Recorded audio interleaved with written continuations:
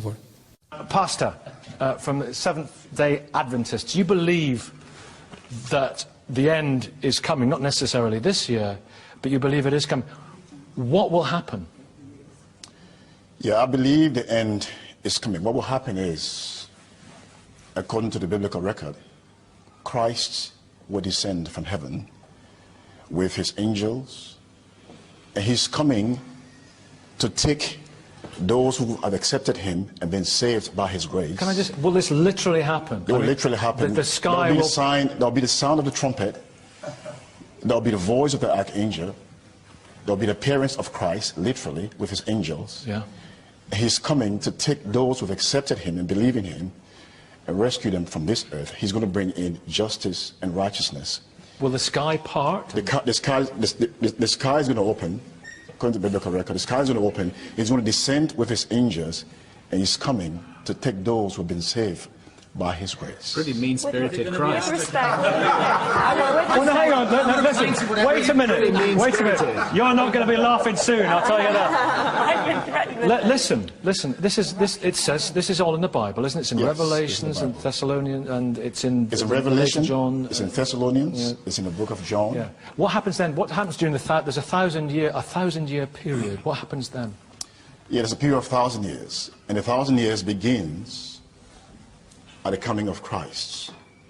He comes to take those, like I said, who have been saved by his grace, and those who have not accepted Christ, because God he gives everybody the provision to accept the salvation that he offers free of charge. He's offered salvation free of charge for those who accept it. So it's not just Seventh-day Adventists? Not just Seventh-day Adventists, it's open to everyone. Everyone who's accepted Christ, but not Muslims or Hindus or... Sikhs. Well, I haven't accepted him. Yeah. Christ, he makes a statement in the Jews, book... No, he makes a statement in the book of John, chapter 14, verse 6. Right. He says that, I am the way, the truth, and the life. But he only takes those who believe in him. I'm the way, the truth. What about children who I'm the never... way, the truth. Sorry, I'm coming. I'm the way, the truth, and the life. Yeah. No one comes onto the Father except through me. It's a radical statement. It is a radical statement. It's a radical statement. It's an exclusive statement. It's a radical statement. Absolute rubbish. Okay, tell me about that. What would you like to say? Sorry, let me just finish. Okay. No. So what I say is that salvation comes through only Christ. Salvation comes through him.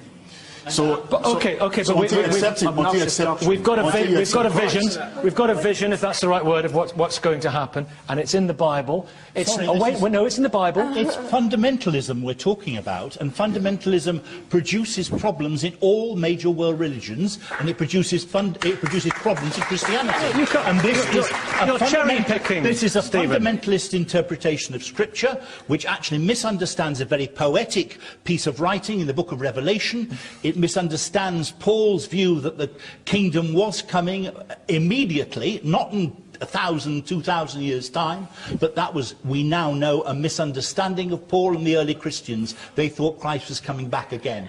We now work on an entirely different basis in the mainstream. It's in the New Testament. But so what? There are things in the New Testament, Nicky, which we actually have to reinterpret in the light of biblical criticism and modern understanding of Scripture. And this fundamentalist approach doesn't work. Programa que foi ao ar pela BBC de Londres, com tremenda audiência. Você estaria preparado para isso? Viram como as pessoas aplaudiram o liberal, o teólogo liberal, um sacerdote, enquanto riam, debochavam daquele que crê que Cristo vai voltar? Você está pronto para isso? Para enfrentar essa posição? Para ser taxado injustamente de fundamentalista porque você crê que Cristo prometeu voltar?